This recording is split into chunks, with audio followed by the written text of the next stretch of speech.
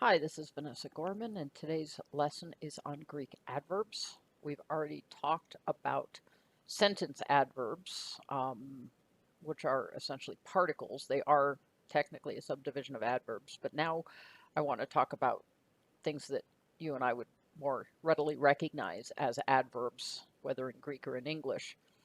So we're thinking about words like soon or afterwards, thus, there, well, now, thereupon. Often words translated with the ly form, like warmly or hostilely or quickly. This is how we transform an adjective into an adverb as a rule. In English, you'll see grammar books say things like adverbs are used to modify a verb, an adjective, a clause, or another adverb. Anything essentially except nouns and pronouns, which are modified by adjectives. That's English. In Greek, the fact is adverbs can act as a modifier for almost anything. Let me just review some things we've already seen, which is many things that function in the sentence as adverbs are not adverbs by part of speech. Remember way back at the beginning when we were doing Grammar 101, I talked about how when you make dependency trees, there's a big difference between the part of speech and the relation. And adverb happens to be the only category that falls in both. That is to say, if the part of speech is noun, the relation is never noun. It's either subject or object or something like that. Whereas adverb occurs in both, the category adverb occurs in both of these labels, both relation and part of speech. Now, that doesn't mean every adverb by part of speech is an adverb by relation.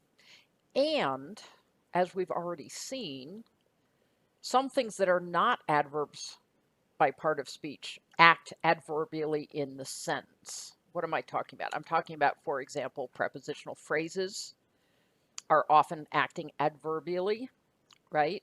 Metaditauta, after these things or afterwards, right? You could use just an adverb that means afterwards, but often they'll use some kind of prepositional phrase.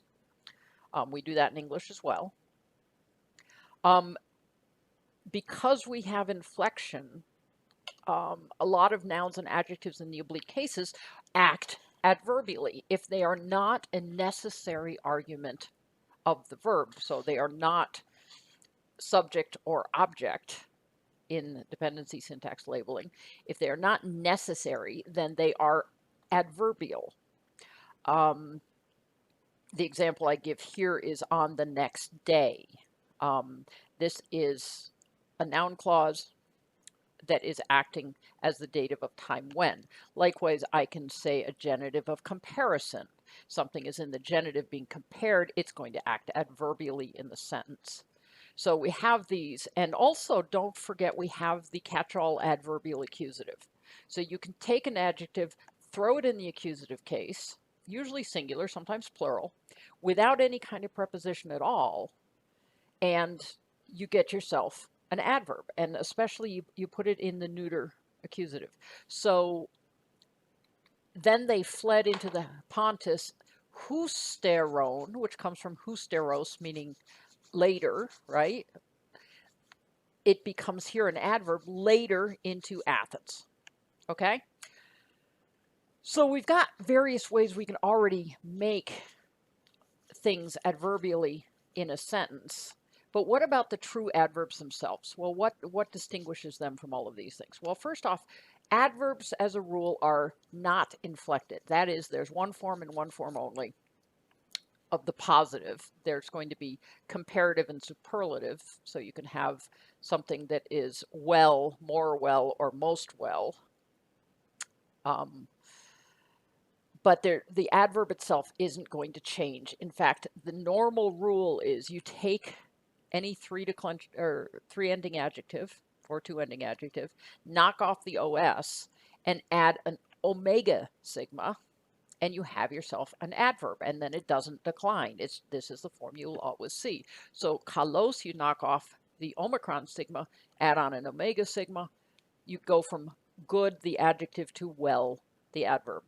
Unjust, the adjective, to adikos, unjustly, the adverb. Polemios, hostile, someone who is hostile, to polemios, hostily. Likewise, you can do the same thing with demonstratives, and these are very, very common. So allos, another or other. If you turn it into the adverb, you get otherwise. You know, he acted otherwise. That's not an uncommon word. Hutos, you change it to the adverb, and sometimes it just drops the sigma too, by the way. Sometimes it's just huto. Very, very common word meaning thus, therefore. Hoda, remember that this is the article plus the suffix de. Well, you change that article ho to an omega. So hoda, thus, is another way of saying thus. So there's various ways of saying thus. So let me show you a few examples. So here's a very basic sentence. Ukai kalos epraxen. Now you can look at the sentence and you find your verb, epraxen. Okay, they did. So we hang that as the predicate. Then we have ukai kalos. What do we do with all that? Well, kalos as an adjective means good. So kalos as an adverb means well. So they acted well. And that is an adverb. It's describing how the action is going on. Except they didn't act well. Ook is in here. It's changed to ooks in front of the kappa. So ooks means not. So they behaved not well. And that is an aux z, if you'll remember, an emphasizing particle. And then kai acts here as the aux y, connecting it to the sentence before. So, and they didn't act well, is how you would translate that sentence. Likewise, kai hutos exelthon. Exelthon is your verb, so we hang it as the predicate. It comes from erkomai, right? It's the aorist from erkomai, except it has ek on the front. So erkomai means to come, ek means out of, so come out. Kai is your same old sentence adverb we had in the first sentence here. And then hutos as an adjective means that man, and here it just means thus, in this way it happens. So in this way they came out, so thus they came out.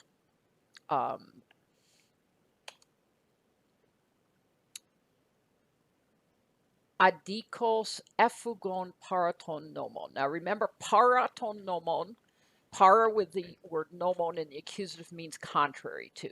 The verb is ephugon, and by now you probably recognize that as they fled. So they fled contrary to the law. Contrary to the law is a preposition acting adverbially here. But that's not the only thing going on. We also have adikos. You see the omega sigma and you say, aha, that is an adverb as well. And you know by now that adikos, the adjective, means not just. Alpha privative plus dikos, just. And so you turn that into an adverb, unjustly. And so they fled unjustly, contrary to the law. Hoidetsenoi kakos tous politas exon. Okay, your verb is at the end, exon, and that should be pretty familiar to you too by now. They had or held. The subject is the nominative. You're looking for a nominative. You see it with hoi tsenoi, the strangers or the guest friends or the foreigners, however you want to translate it in this context. We see kakos, which you know is going to be an adverb by the ending. And you see tous politas. You say to yourself, aha, tous, it's an accusative plural, masculine, the citizens. So tsenoi has to be the subject. Politas has to be the citizens. The strangers, the foreigners, held the citizens. Now that sounds odd, doesn't it? Why? What are they? Are they holding them in prison or what? Well, there's an idiom in Greek. You use the word echo with an adverb, and it means to treat in a certain way. So what it's saying actually is they treated the citizens badly.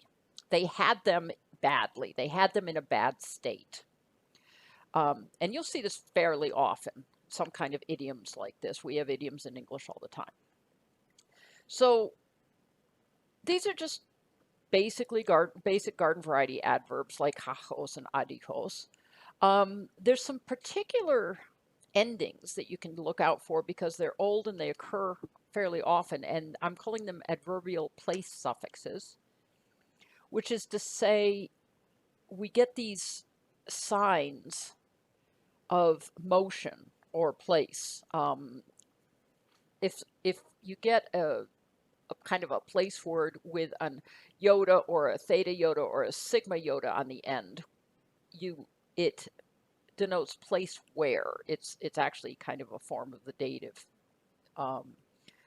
If you get then on the ending, it denotes from which, whence, you would say in English. Or if you put dese or ze on the ending, it means toward which. So obviously these are comparable to the dative of place, the genitive of place, and the accusative of place, but they're used adverbially. So for example, you take the word house, ho oikos, right? That's a noun. It has a corresponding adjective, oikaios, that means domestic, plain old three-ending adjective. But if you take the stem of that and you add these place suffixes, you get adverbs. Oikoi, which means at home. It's basically what's left of the locative case, place where. Oikothen, from home, or oikada, towards home. And that one is in bold with a asterisk because it's going to be on your most common adverb list. You can do the same thing with place names, especially we see it with Athens, since we have so many Athenian writers. So Athenae is the city of Athens in the plural feminine. That's how it always occurs. It's a plural feminine. The ethnic adjective and noun from it is Athenaios. If you add these place suffixes, you get Athenasen, at Athens, Athenazen, from Athens, and Athenadze, to Athens. You can do the same thing with some of the demonstratives, like that, ekainos, that becomes ekai, there, or then. These can be place or also temporal to some extent, but usually these are place. Ekaisen, from there, and ekaisa, to there. Now, ekai and ekaisen are very common. They're going to be on your list, so you'll see these fairly often. Hutos as well. Remember the stem is toot or tout, so we get entautha, there or then, and this can be either temporal or spatial.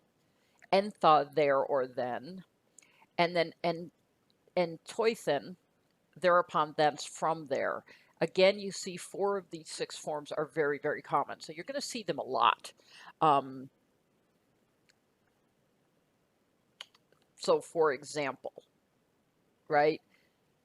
Op el the, he went away, or he sailed, well, went away. And then we have this oikada, which you know by now means homewards. So he went away homewards. So we have the predicate and we have the adverb. And when you see an adverb hanging on a verb, you just translate it like a regular adverb for the most part. En toithen, we've already seen this. They made an ecclesia, they made an assembly then, or thereupon. See, you could even say there, depending on what's being stressed in the context. If we're stressing the location, then you say there. If you're stressing the temporal sequence, then you say then or thereupon. Okay, here we have ekaithen, from there. So now we have a series of adverbs. You haven't seen euthus yet. You're going to. Euthus means immediately.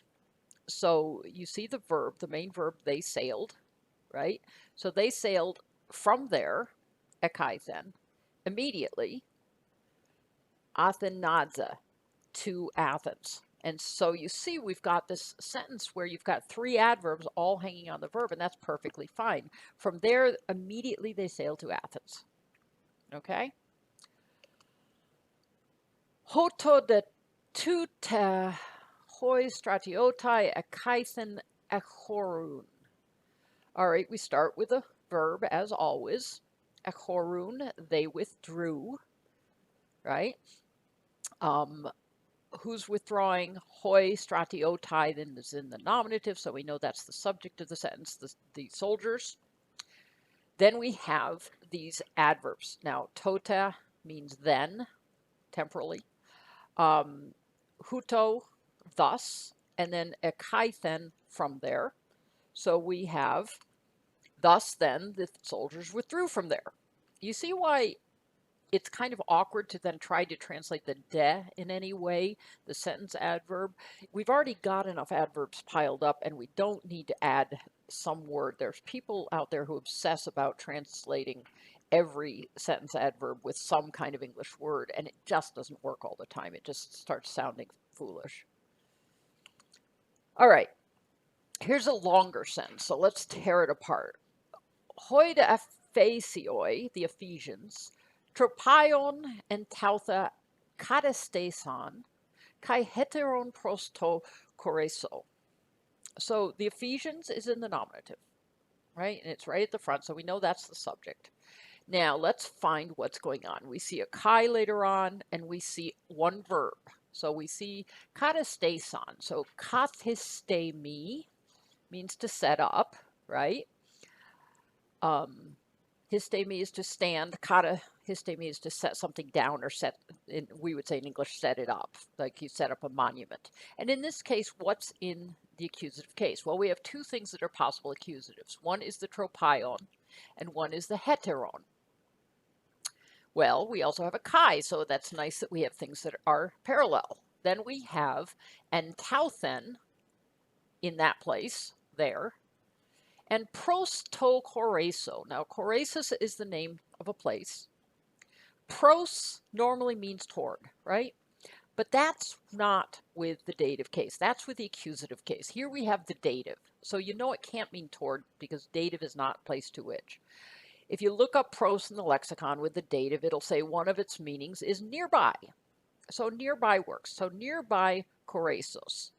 So the Ephesians set up, let's just take it in order. The Ephesians, tropaion is just what it looks like, a trophy. The Ephesians set up there a trophy. That sounds good. That makes sense. It fits the grammar. It fits the syntax. And heteron, which means another. Now, it could be a masculine accusative singular, or it could be a neuter accusative singular or nominative singular. We know it's not nominative. So they set up, there's no second verb for it, so you have to repeat the first verb. And they set up another. So clearly it's another neuter tropaion. The tropaion here is a neuter, and so heteron is saying another trophy. So we're just eliding the word tropaion in the second half of the sentence, just like we're eliding the verb in the second half of the sentence. So the Ephesians set up a trophy there and another one near choresis. Now, to make a tree of this sentence, we need to repeat the verb, because if I don't repeat the verb, then I have to hang tropaion and tauthen, heteron, and pros all on one verb, and then we have confusion. We don't know what the two sides of the sentence are. You have to have a verb to join these two, so you repeat the verb. Now, technically, I could have repeated the tropaion as well, right? Because we're talking about another trophy, but I don't need to, because heteron tells us just fine. I mean, an adjective, there's a gray line between adjectives and nouns. So there's no reason to repeat an unnecessary word. If you need it for the structure of the sentence, I put it in. If you don't, I don't. So there you have this nice sentence all laid out for you. And if you go to read it from the tree, you can see, okay, here's the subject, the Ephesians, has two verbs to set up. One is setting up a trophy. The other one is setting up another. This is setting it up there, and this is setting it up near choresis. So use the trees to help you read the sentences. Now, of course, the most common adverbs are irregular. That's always the case, right? I've pulled the 23 that occur ignoring the ones that end with omega sigma because that's a different category. I've pulled the ones that occur more than 20 times, and you see they're used fairly often. A lot of these are used, more than 50 times. The ones in red we've already talked about, so that reduces it down by 6. And then I put Malista and Malone in blue. We're going to talk about them more in a couple of chapters, but essentially what we have is we have this word mala, which means very, and then you have the comparative more very, or just more, malone, and then you have the superlative version, the most very, or especially. So they're just comparative and superlative forms of mala, and we're going to talk about comparatives and superlatives in a couple of chapters, but these are used very commonly depending on what author you're looking at, and so I just wanted to stick them in there and point this out. Otherwise, you have a lot of typically short words that don't necessarily have good cognates for you to help you remember them. I always hama at the same time. You'll get coordinated phrases. So at the same time he did this, and at the same time they did that. So, and those get labeled as auxes occasionally because of this. Our authis is again, agus is near, and you typically are near of something in the genitive, sometimes in the dative, but mostly genitive. Epeta then, eta yet. Eu well, we see that a lot. This is a word we see a lot in English as well when you think of euphoria, euthanasia. Thanatos is death, so euthanasia is a good death. Talk about a euphemism, which is another word from eu. A euphemism is calling something well that isn't necessarily well. Euthus or euthu means immediately. Ede is already. Mala very. Nun now. Palin again, we get the word palindrome from this, which you read it back and then you come back again, you go forward. Pota or popota, once or yet, and pota is enclitic. Pros then, before, and tota then. So pota is once or yet, tota is then. These are words that show up enough that you'll probably learn them, and if you don't, you just click on the analyzer and it will give you the form. So just to look at a few sentences now. Very, very plainly, ethuen, you know by now, is the verb thuo, to sacrifice, so he was sacrificing. Palin, palindrome, again. So, sorry, that should be he was sacrificing again. And magically I changed it. Hoi ephoroi au, and again, you pronounce that, even though it's a diphthong, it's sort of an au sound. Eichon ton daemon. So the ephors held the people well, right? The ephors treated the people well. This is the same phrase again. Kai euthus, and now machesan, authis, Lacedaemonioi kai Athenaioi and Nikesan de Lacedaemonioi. This is a sentence right out of the very beginning of Xenophon. And what does it say? Well, we know the verb. We've seen this a few times, even though it's not on your list. Mache, you know, means battle or fight. Now is from sea. So they fought a sea battle in the Aorist. Who's fighting it? Well, here's we've got a couple of nominatives, the Lacedaemonians and the Athenians. And then we have a comma and another verb, so let's leave that alone for now. So we have one verb. They fought a sea battle. The subjects are conjoined, the Lacedaemonians and Athenians. But we didn't just fight it, we fought it euthus and authis. Euthus immediately and authis again. Then we have a comma, that's the editor telling you here's the second half of a conjoined main clause, a coordinated clause. Enikesan, another verb, they won. And who's winning? In this case, it's the Lacedaemonians winning. So these two verbs are joined by the de. and the Lacedaemonians is the subject of the second half. So, and immediately the Lacedaemonians and the Athenians fought by sea again. They fought another sea battle, you could even say. And the Lacedaemonians won. Okay? Tota men effugon eis ton ponton. So effugon, they fled into the Hellespont, or sorry, into the Pontus. The Pontus is the Black Sea, and it's accusative place to which, so we're good there. What do you do with tota? Ah, it's an adverb. It means then. Men is then your sentence adverb, so it's labeled as an aux y. Then they fled to the Pontus. Engus tes Cyziku ein. Okay, let's go literally. Near of Cyzicus he was.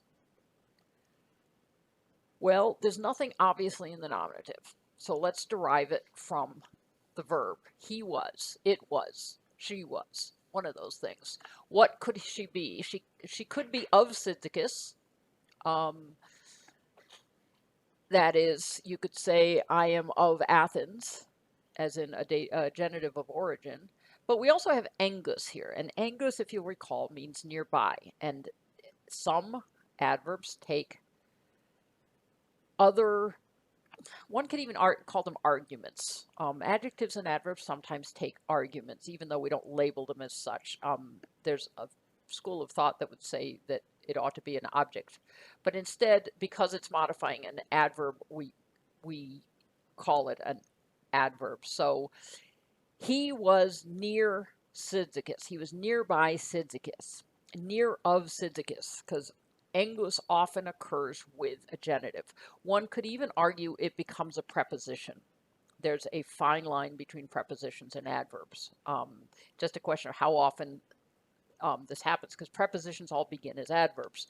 So it or he was near Cyzicus. Now, ein is a copular verb. He was. So whatever he was has to be called a predicate nominative, even though it's an adjective here, right? So bear that in mind. An adjective can function substantively or attributively. In this case, it's acting as the predicate nominative. Chalipon gar mala ein. Okay, chalipon means difficult. It could be a masculine accusative singular. It could be a neuter accusative singular or a neuter nominative singular.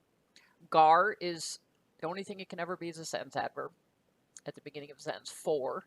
Mala means very, and mala usually is attached to another adverb. Okay, it's a way of making a superlative.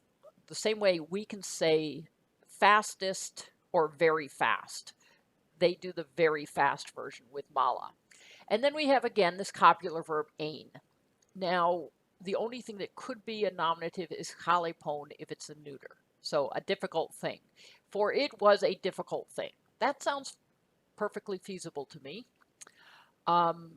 What do you do with the mala? Well, you use it to modify the adjective difficult. So here, it was a very difficult thing. So it, the subject, is assumed from the verb, and the context would probably give it to us. Chalipon then is going to be a neuter nominative singular, the predicate nominative of the copular verb.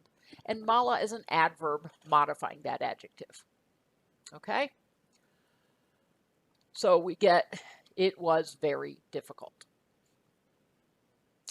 So what we saw here, especially, is he was near, or it was near Cyzicus. This is an example of adverbs not acting as adverbs. All the rest of the adverbs I gave you, the adverbs were labeled relation adverb, but you can also use adverbs for other things. So we can use an adverb to function as an attribute or a subject or an object or a pronoun, right? We just saw that it was the pronoun. It was near. we see a lot in phrases like the men then did this and the men now do that, where then and now are adverbs, but they're modifying the men. And so they're not being used to modify verbs or adjectives or anything else. They're being used to modify nouns, which grammarians in English will say you can't do, but we do it all the time. So, for example, hoi prosthen tois nun strategois elegon. Elegon is your verb, clearly, right? Lego, which means to speak. So they spoke. Hoi, they spoke. You speak to someone in the dative. Tois, strategois. So they spoke to the generals, right?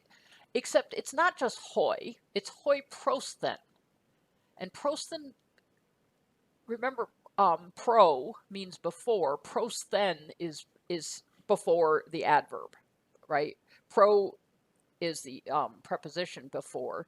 So the ones beforehand, the ones earlier, you could say, spoke to the generals, the ones now.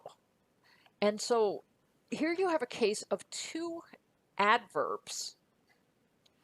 In the one case, we have a subject or a noun that it is modifying. The generals now, the generals currently in office is what that means. So the adverb is acting as an attribute of strategois. In this case, we have no subject stated, and so the guys before acts as the subject. Now, there's a bit of a debate whether the article should be the subject and the adverb an attribute, but if that adverb had been an adjective, it would have been acting substantively as a subject. So I'm treating the adverb the same way. It's being treated substantively, the ones before. Okay, the same thing is going on here. Tois entha epaisen. Epaisen means to persuade, okay? And you persuade people in the dative. So he persuaded tois, those men. Which men? The ones there, entha, okay? Konona, oh, sorry, that should be an apostrophe deck, ton oikothen hylon. So they took Conan. Conan in the nominative doesn't have an alpha on the end. We know that's an accusative. So they took Conan from the ones oikothen, means from home. So they chose Conan from the ones from home. In this case, from home is an adverb, and it's acting like an adverb in the sentence, but not because it's actually acting in place of a noun, right? It's the object of a preposition in this case. It just the prepositional phrase happens to be an ek that acts adverbially anyway. So I hope you get a good feel for these adverbs, and frankly, we do a lot of the shortcuts in English that they do in Greek, and so I don't think you'll find that much trouble.